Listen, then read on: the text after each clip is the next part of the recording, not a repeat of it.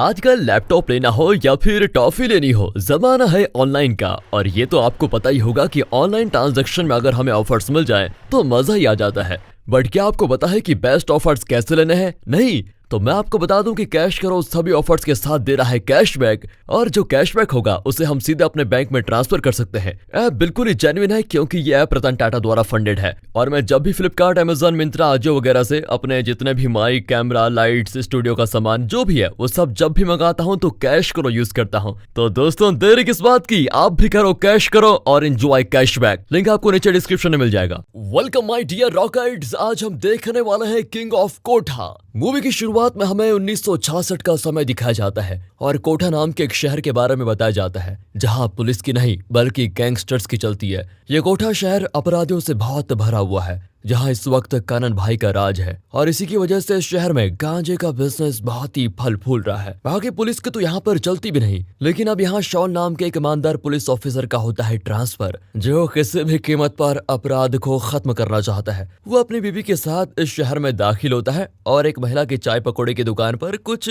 पकौड़े पैक करवाने के लिए रुकता है। अब कनन के बारे में तो शॉल को पहले से पता है कि वो क्या क्या हरकतें करता है, इसलिए वो उस महिला से कनन के बारे में पूछता है कि ये क्या जवाब देती है। वो कहती है मुझे नहीं पता, लेकिन उसके हाव भाव से साफ पता चलता है कि उसे कनन के बारे में पता है कि वो कौन है। अगले सीन में हम शॉल को पुलिस स्टेशन में देखते हैं जहां वो एसआई टोनी से मिलता है और फिर उससे कनन के बारे में सवाल करता है। टोनी कहता है कि आपको कनन से दूर रहना चाहिए क्योंकि वो और उसके आदमी हमारी पहुंच से बहुत बाहर है। आपके पहले जो ऑफिसर था उसे उसके घर में घुसकर कनन ने चाकू से घायल कर दिया था, इसी कारण उन्होंने ट्रांसफर ले लिया। अब ये बात सुनते ही शॉल तो टोनी पर बरस पड़ता है। फिर टोनी को लेकर शॉल कनन से मिलने पहुंचता है। कनन के सामने पहुंचकर शॉल उससे कहता है कि तुम्हें और तुम्हारे आदमियों को रोज पुलिस स्टेशन आकर साइन करना होगा। इसी दौरान कनन को उसके साले जुनो का कॉल आता है, जो कि कनन से बताता है कि मैं रितु से प्यार करता हूँ। ये सुनकर कनन उससे कहता है कि वो तो राजू की बहन है ना, तो मुझसे दूर रहो। लेकिन जुनो उसकी एक नहीं सुनता क्योंकि रितु भी उसको चाहती थी।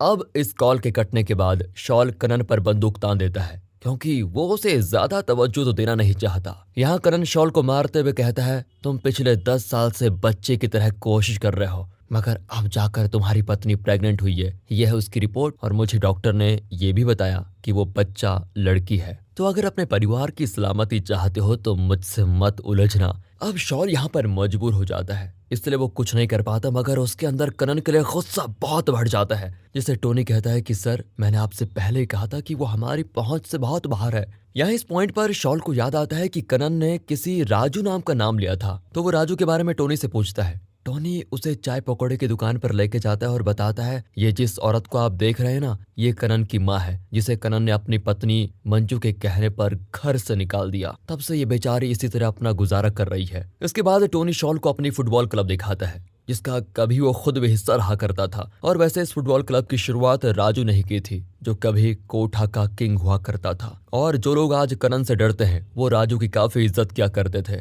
एक समय था जब राजू और कनन के बीच काफी अच्छी दोस्ती थी। राजू के पिता रवि तो अपने समय पर कोठे के डॉन थे, पर उन्होंने समय रहते ये काम छोड़ दिया। लेकिन राजू ने उन्हें बचपन से देखा था, इस कारण वो भी उन्हीं की तरह बनना चाहता था। और यही वजह थी कि राजू की माँ और उसके पिता रवि उससे बात तक नहीं करते थे। वो अपनी बेटी यानी राजू की बहन रितु को इन सब से बहुत दूर रखना चाहते थे। पर इसी दौरान राजू की दोस्ती कनन से हुई, जिसे वो अपना दोस्त नहीं बल्कि भाई मानता था और कनन की माँ को अपनी माँ का दर्जा देता था। इसी के साथ कहानी 10 साल पहले के समय में जाती है, जहां हम राजू को देखते हैं जो कि एक आदमी को सिर्फ इसलिए मार देता है क्योंकि उसने कोठे में गांजे का धंधा चालू करने की कोशिश की थी। असल में राजू तारा नाम के एक लड़की से प्यार करता था और तारा का भाई इसी नशे की ओवरडोज की वजह से मारा गया था। इसलिए वो नहीं चाहती थी कि कोठा में कभी भी ऐसी नशीली चीज का व्यापार हो, जिस कारण राजू भी इसके खिलाफ था। अब जिस आदमी को राजू ने मार दिया था वो असल में पास के एक टाउन गंदीग्राम के डॉन रंजीत का कजन था, जिसकी मौत पर रंजीत बिल्कुल बौखलाया हुआ था। और वो राजू से कहता है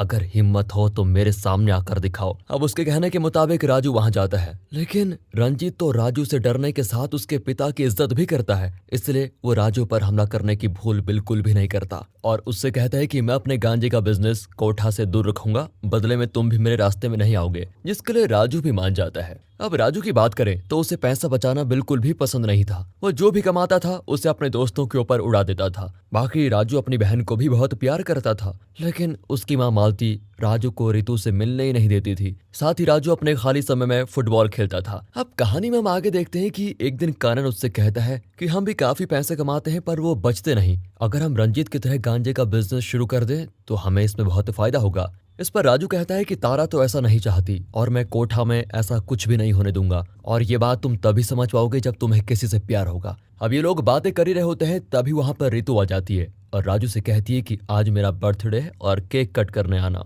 इस बात पर राजू सभी के साथ मिलकर केक कट करता है और इस वक्त राजू को कॉल आता है जिस कारण उसको कहीं जाना पड़ता है। तभी वहां पर मालती आ जाती है और रितु को यहाँ आने के लिए बहुत मारने भी लगती है क्योंकि वो नहीं चाहती कि रितु राजू से मिले। साथ ही वो कानन को भी काफी बुरा भला सुना देती है, जिस पर कानन को बहुत ही गुस्सा आता है और वो मालती को उल्टा सीधा बोलने लगता है। ये देखकर वहां पर रवि आकर कानन को मारता है, जो देखकर कानन उन्हें चाकू से मारने की कोशिश करता है। पर रवि तो इस फील्ड का पुराना खिलाड़ी है, तो वो कानन से उस चाकू को छीनकर उससे ही घायल कर देता है। अब इस बात का पता जब राजू को चलता है तो वो अपने घर जाकर बिल्कुल तोड़ फोड़ करने लगता है। उसको ये करता देख रवि उसे भी मारकर घर से निकाल देता है। फिर राजू कनन को देखने जाता है, जबकि कनन उसके पिता पर हाथ उठाया था, फिर भी राजू उसे कुछ नहीं कहता। इसके बाद रंजीत राजू को तारा की कुछ फोटोज भेजता है जिसमें वो अपने जर्नलिस्ट दोस्त के साथ थी। उन्हें देखकर तो राजू आग बबूला हो जाता है और रंजीत के अड्डे पर पहुंचता है, जिसने रितु और जर्नलिस्ट को साथ देखकर रितु को पकड़ लिया होता है, लेकिन जर्नलिस्ट उसे छोड़कर भाग गया है। अब रंजीत जानता है कि तारा की वजह से ही राजू उसके साथ गांजे का बिजनेस नहीं कर रहा है और उसी की वजह से दोनों के बीच दुश्मनी है, इसलिए वो तारा को जबरदस्ती गांजा पिलाने की कोशिश करता है। और जब राजू से देखा नहीं जाता तो वो रंजीत समेत उसके आदमियों को बहुत बुरी तरह मारता है। फिर वो तारा को उसके घर ले जाकर छोड़ देता है, जो कि राजू से बताती है मैं तुमसे प्यार नहीं करती, लेकिन डर की वजह से मेरी कभी हिम्मत ही नहीं हुई। ये सुनकर राजू उसे बुरी तरह डांटता है और घर पर छोड़कर चला जाता है। अब उसे तारा ने धोखा दे दिया है तो वो दिन रात नशे में धुत पड़ा रहता है, जिसकी यह हालत देखने पर करण को लगता है कि राजू अब जिंदगी से हार मान चुका है, इसलिए वो मौका देखकर रंजीत से गांजे का बिजनेस की डील कर लेता है। और यहीं पर कानन की मुलाकात मंजू से हुई थी। प्रेजेंट समय में वही कानन की पत्नी है। फिलहाल इस दौरान रंजीत ने अपने कुछ लोगों को राजू को मारने के लिए भेजा था, पर कोई फायदा नहीं होता क्योंकि राजू उन सभी को बुरी तरह मारता है। और जब कानन कुछ गांजे का सैंपल्स लेकर कोठा की तरफ जा रहा होता है, तभी राजू उसे रास्ते में रोकता है और यहाँ दोनों में घमासान लड़ाई हो जाती है, जिसमें राजू कानन की बाईं आंख पर इस तरह मारता है कि आज भी उसके निशान वहां मौजूद हैं। अब दोस्त और प्यार से धोखा खाने की वजह से राजू पूरी तरह टूट चुका था, जिसके बारे में जब मालती को पता चलता है तो वो जान जाती है कि राजू का कोठा में रहना खतरे से खाली नहीं है, इसलिए वो राजू को हमेशा के लिए कहीं दूर लेके जाना चाहती है ताकि राजू की जिंदगी पर उसकी दुश्मनी का कोई बुरा प्रभाव न पड़े। ये बात राजू को भी सही लगती है। वैसे अभी अब कोठा में उसके लिए कुछ तो बचा होता नहीं, इसलिए उसी रात ही राजू कोठा से छोड़कर चला जाता है और फिर उसके जाते ही कानन उसकी जगह ले लेता है और वो गांजे के बिजनेस में बहुत ही माहिर हो जाता है। साथ ही उसने तारा के घर के सामने एक गांजा का अड्डा बना दिया है जहां सभी जवान लड़के नशा करने आते हैं, और ये सब कुछ रोज तारा को देखना आसान नहीं था। अब राजू की कहानी जानने के बाद प्रेजेंट में आते हैं तो शॉल फैसला करता है कि मुझे ही राजू को किसी तरह वापस लाना होगा ताकि कानन को खत्म किया जा सके। अब टोनी शॉल से बताता है कि राजू इस वक्त लखनऊ में है, जिसे वहां पर सभी राजू मद्रासी के नाम से जानते हैं। फिर लखनऊ पुलिस के जरिए शॉल राजू की सारी इन्फॉर्मेशन निकाल लेता है। इसी बीच शॉल जुनो की उस वक्त तलाशी लेता है जब वो रितु के साथ बैठा होता है, और जुनो की तलाशी लेने पर शॉल को उसके पास गांजा मिलता है, जिसको देखकर रितु तो दंग रह जाती है और इसी वजह के कारण वो उसको छोड़ भी देती है। लेकिन जुनो इतनी आसानी से मानने वालों में से नहीं था। वो रितु के पीछे पीछे उसके घर पहुंच जाता है, जहां उसका पिता रवि जुनो को काफी मारते हैं, यानी कि अभी उनमें पुराना दम मौजूद है। इसी बीच शॉल लखनऊ में राजू को टेलीग्राम भेजता है जिसमें लिखा है तुम्हारी बहन खतरे में है। फिर अगले सीन में बौखलाया हुआ जुनो बाजार में रितु से बात करने की कोशिश करता है, लेकिन वो जुनो से कोई बात नहीं करना चाहती क्योंकि उसे पता चल चुका है कि जुनो एक नशेड़ी है। इस बात से तो वो जुनो पागल हो जाता है और रितु को सरेआम पेट्रोल डालकर जलाने की कोशिश करता है, पर रितु भाग खड़ी होती है और जब जुनो उसके पीछे जाता है तो वहां उसे अपने सामने राजू मिलता है, जो कि अब कोठा वापस आ चुका है। वो बिना हथियार के ही अपने नाखूनों की मदद से जुनो के गले का नाश करके उसे बेरहमी से मार डालता है। अब जब उसकी मौत का पता जुनो की बहन यानी कि मंजू को चलता है तो वो उसकी लाश को जलाने के बजाय फ्रीजर में रखवा देती है। वो कसम खाती है कि मैं अपने भाई का क्रियाक्रम तभी करूंगी जब तक मैं राजू की लाश अपनी आंख से नहीं देख लेती। इधर राजू पहली बार अपने घर जाता है, अपनी बहन से मिलने जाता है। फिर वो एक बार में पहुंचता है जहां कानन उसे अपने आदमियों के साथ मारने पहुंचता है। पर तभी उसको एक फोन आता है जिससे उसे पता चलता है कि राजू लखनऊ में खाली नहीं बैठा था, बल्कि वहां उसका राज चलता है। उसने कभी कोई हथियार नहीं इस्तेमाल किया,